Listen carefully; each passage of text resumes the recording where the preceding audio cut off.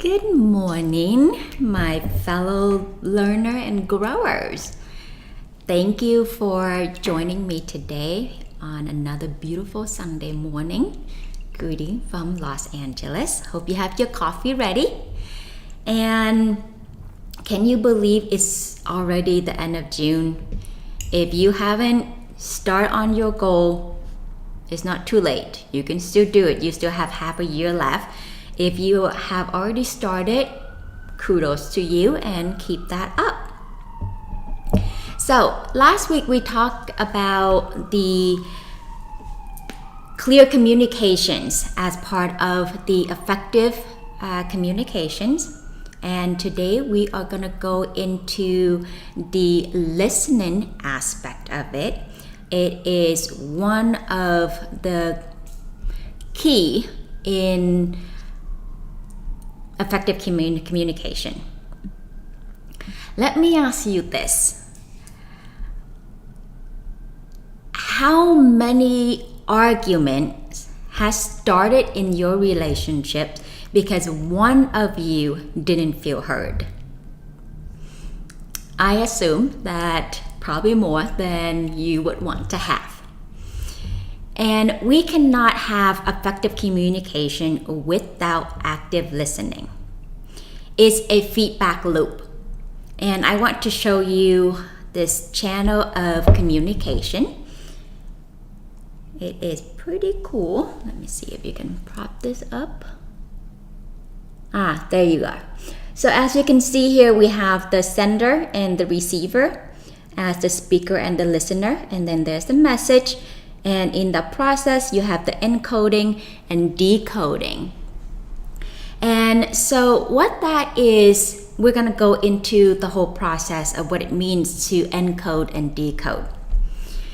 Now, when it comes to active listening, it is more than just hearing the words. It's about truly understanding and engaging with the speaker's message. Active listening is crucial for both personal and professional setting to feel heard and understood, to build trust, to reduce misunderstanding, and create better collaboration with one another to problem solve and addressing issues. So what is this active listening look like? Active listening involves getting your undivided attention, getting and giving, so that you can fully concentrate, understand, and respond. And also remember what is being said to ensure that you truly heard the speaker and help them feel understood. And from the speaker's point of view, what they see from you would be your full attention, seeing you turning off your distractions and maintaining eye contact, and your active engagement with verbal acknowledgement like, I understand, I see, and also your nonverbal cues like nodding. Your understanding through paraphrasing what the speaker has said to confirm that you understood the message correctly.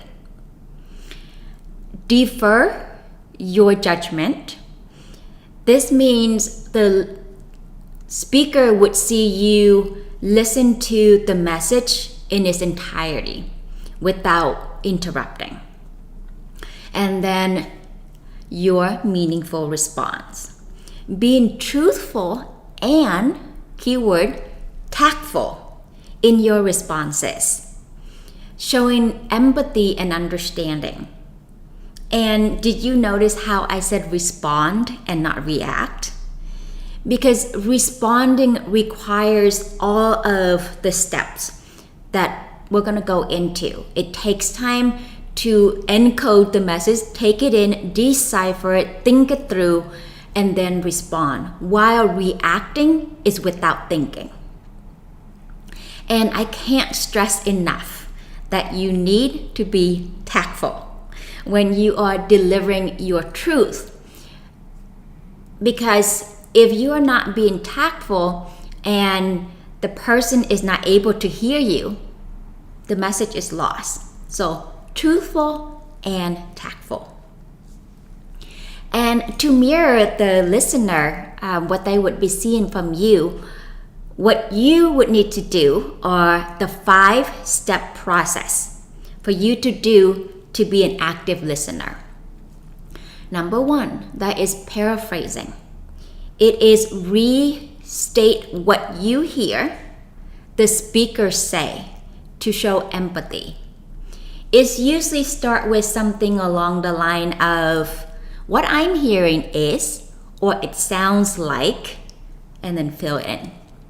For example, let's say that you are talking to a colleague at work, and your colleague says, I have so many tasks piling up, and the deadline are all so close, I barely have time to breathe, let alone finish everything on time. You can say something like, it sounds like you have a lot of deadlines quickly approaching all at once. And then 2 is with reflections, describe the emotions you are seeing in the speaker to show empathy. And it usually starts with something I can see or it seems like. Using the example above, with reflections, what you would be saying is, I can see how this could be very overwhelming and stressful. By paraphrasing, you acknowledge your friend's workload, and by reflecting, you are acknowledging their emotions. You show that you understand their situation and empathize with their feelings, which can help provide support and potentially lead to finding a solution. And in a lengthy conversation, which most of us have most of the time, I would suggest for you to periodically summarize the main points to make sure that you are still following and are on the same level of understanding. You can say something like, tell me if I have gotten it all so far, and then name the points that you have taken away. This technique will help you create opportunity for clarifications when needed. When you are doing your summarizing, the person can say yes, in agreement with your understanding, and if it is a no, you can ask the questions for clarification with something like, can you tell me more about A, B, C, or D, whatever it is that the person have suggested that you didn't get the message or quite understood. And then lastly is providing feedback. This is your response. This is where you get to share your thoughts and opinions. Did you notice how you have to do 4 other things before you get to share your opinion? This is where you offer your constructive and empathetic responses. So to put it all together using the 5-step process, it is something along the line of, I can see why you would be concerned, the reflections of the emotions. There's a lot on your plate, the paraphrasing, acknowledgement. It sounds like we might need to reassess our timeline, support, and maybe we can prioritize the most critical task and see if we need additional resources to help you get back on track. Solutions. And to put this 5-step process into a personal example, Let's say you are talking to a friend and your friend says, I'm really upset because my sister and I had a big argument. She completely misunderstood what I was talking about and my intentions. And now she's not talking to me. The response could be, I can see how much this is bothering you. It sounds like there was a misunderstanding, and it seems like your sister might need some time and space. So maybe give it a little bit of time and then try reaching out to her and calmly explain your side. Sometimes giving a bit of time and then talking it out can help clear the air. And as a listener, your body language matters as well. So pay attention to your nonverbal cues. Positive body language reinforces your verbal message, such as nodding to show that you are following along and understanding, leaning forward to indicate that you are interested and engaged, maintaining eye contact to show that you are attentive and focused, and avoiding negative cues like crossing your arm, leaning back, looking at your phone, fidgeting, and this can signal disinterest or defensiveness. If I'm sitting there and I'm like tapping my hands when you're talking, looking left and right, looking down, or picking up my phone, most likely you probably would feel like I'm not listening, and you may not want to continue to talk. And so it's important to pay attention to your body language. Now, being an active listener is not an easy task. It sounds simple, but it's not easy. There are some common challenges to active listening that I really want you to be mindful of. There is internal barriers.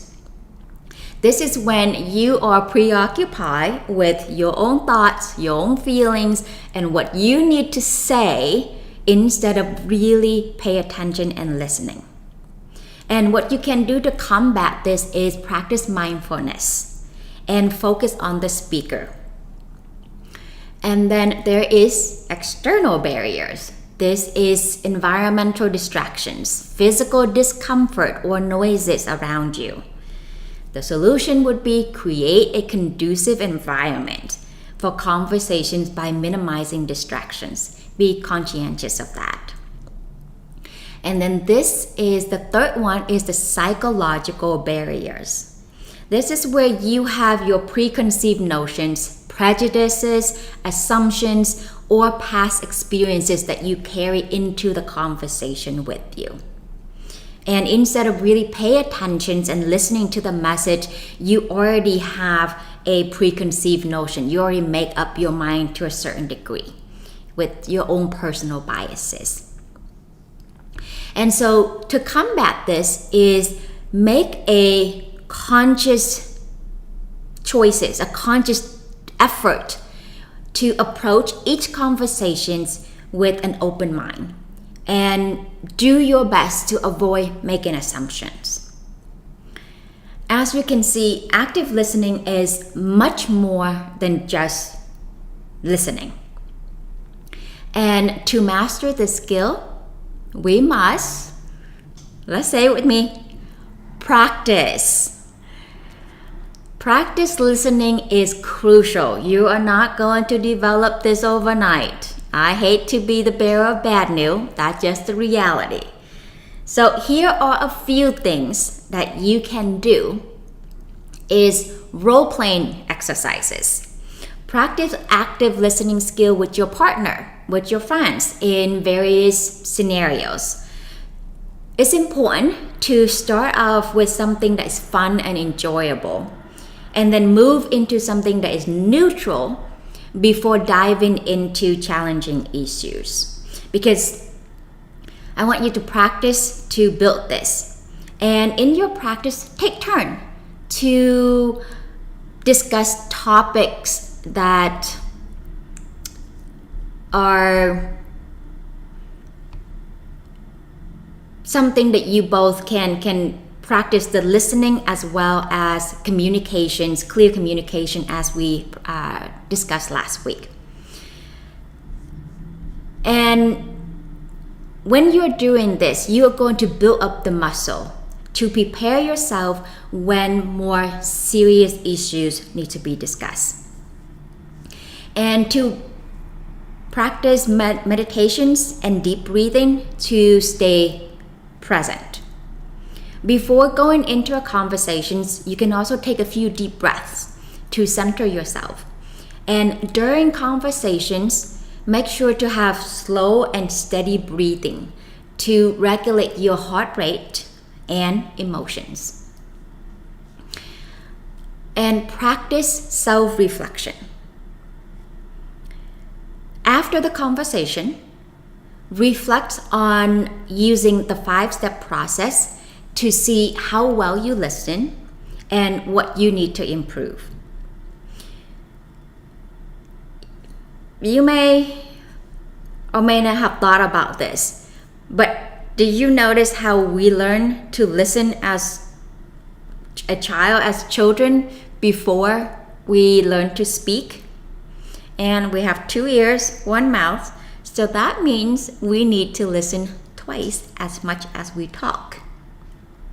Listening is the yin to the yang of the talking, and active listening is crucial for effective communication, building trust, and resolving conflicts. So make a conscious effort to practice active listening in your daily interaction. Don't think that, this is not important, so I don't really need to have that active listening skill, because it's a skill that you need to be practiced over time. So practice, and practice to build this muscle in order to create a muscle memory. You are not going to remember the 5-step process when you are in a stressful environment or conversations. So develop that muscle memory. And let's go over to see what comments and questions that you have. I definitely see some new faces, some old faces. Nice to meet you too, Alexandra. Thank you for all the love. Hearts goes back out to you. Why is it important to defer judgment while listening? Well, deferring judgment allows you to fully listen to the speaker's message without interrupting or forming a premature opinions that's leading to a response that may be not empathetic. And when you defer in your judgment, you are not preoccupied with your own what you need to say. And so sit on it, then you get to hear what the speaker has to say without interrupting them. And chances are, when you give the person an opportunity to talk, they will get their message across without you even have to do much prompting or asking follow-up question. So it's important to sit and not jump to conclusion.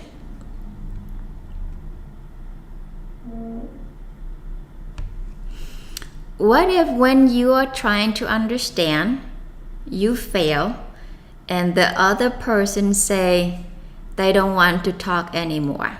How do you get past this if it continues to happen? Well, then perhaps you as we just mentioned in terms of the 5-step process, is to learn to paraphrase. And so in your paraphrasing and reflecting, you do your best to restate what is it that you hear. And so as a listener, you also have to do your part too. And if the person, let's say that you fail and the person say they don't want to talk, perhaps they may feel that what they are saying are not being heard, and maybe there's a part of frustrations that they may need some space. And so I would say try to practice the paraphrasing and to show your empathy and the reflection of the emotions that you see. Chances are, if you're able to paraphrase and reflect the emotions, if you are doing terrible job, I would say you probably doing 75% better than most, because oftentimes people don't use the paraphrasing and also do the reflection of the emotions. So put those into practice and let me know how it goes.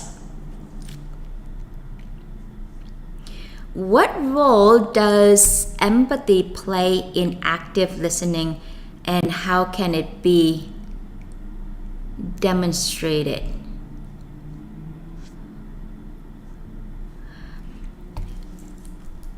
Empathy helps in understanding the speaker's feeling and perspective. It is when you are putting yourself in that person's shoes. And it can be demonstrated by the reflections of their emotions back to them, such as, I can see you are really frustrated about this situation.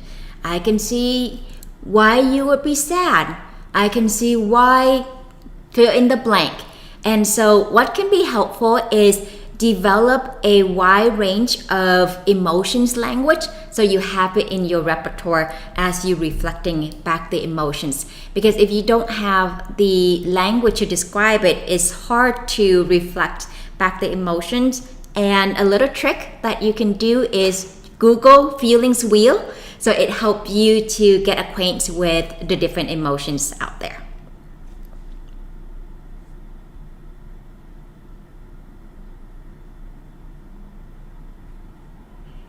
I agree, I will apply.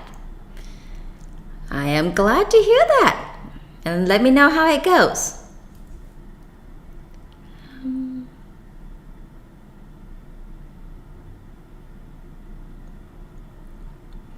How does body language impact active listening? Well, about 75%, 70 to 75% of our communication is through non-verbal language. And so imagine if I'm sitting here with you right now, and instead of me being open and leaning forward and engaged, I go like this. Chances are it sends a very different message. And so your body language reinforces your verbal language. It shows whether you are interested, you are engaged or not. And as a speaker, they will see it, and that will give them this message indication whether you are interested in engaging on with the conversations or not. And so your verbal language is important. Your non-verbal language is equally important. And they go hand in hand. They reinforce each other, or they may be conflicting, with then send a mixed message for the speaker, and it will be tougher for them to decipher. So pay attention.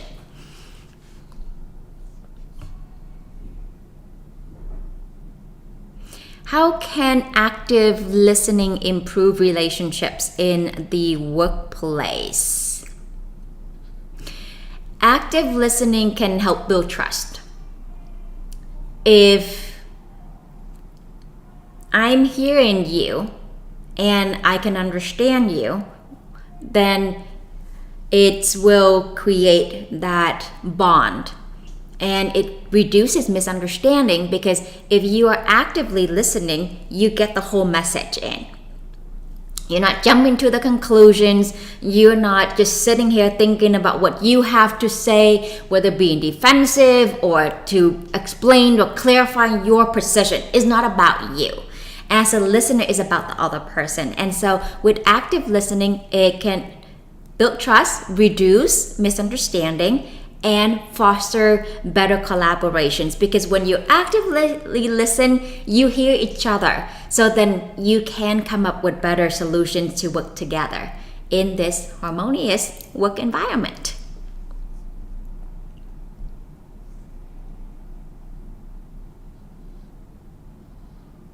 Yes, practice, practice, and practice.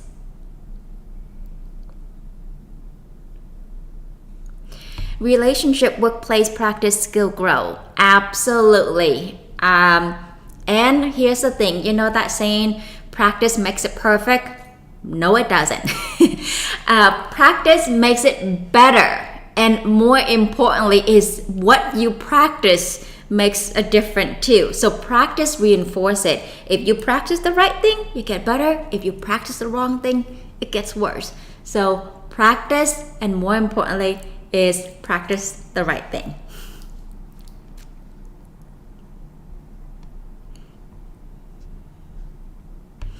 Can you provide an example of how to use paraphrasing in a conversation? Sure. Let's say a colleague say, I have too many tasks and can't meet the deadlines. You could paraphrase saying, it sounds, because this is what you hear, it sounds like you are overwhelmed with a number of tasks and tight deadline. So basically it is taking what you hear and put it in your own word to let the speaker know of what you heard. And this is a lengthy process because it's easier for the speaker just ask the questions or whatever it may be instead of using this paraphrase. But paraphrasing is a way to communicate to the speaker that you pay attention and this is your takeaway. What is the strategy for not interrupting? Oh yes, that is a wonderful question. I love that. There are a number of things that you can do, and I'm probably going to go more in depth about that in later sessions. But to give you a really short and practical skill to practice is when you have the urge to interrupt, take a deep breath, or 10 if you must. This will give you a moment to collect your thoughts and allow the speaker to continue. The more that you interrupt, the less the person wants to continue. And so with this, if you can also mentally count in your head, 1 to 3, breathe to make sure that you let the speaker finish their point. And so breathing is good. Anytime you feel like you want to open your mouth instead of talking, breathe.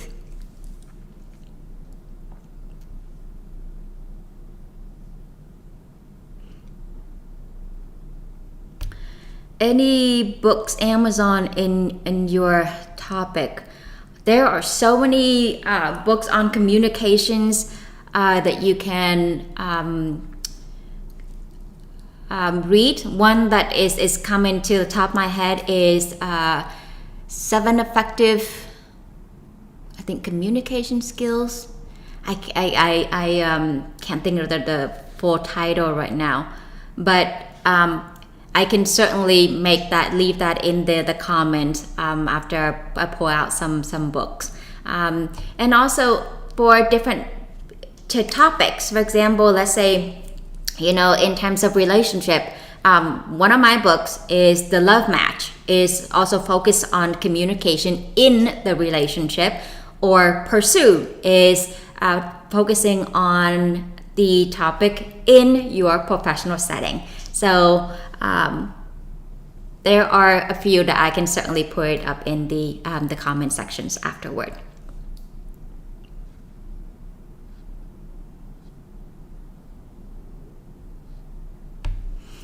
Do you any SOAP?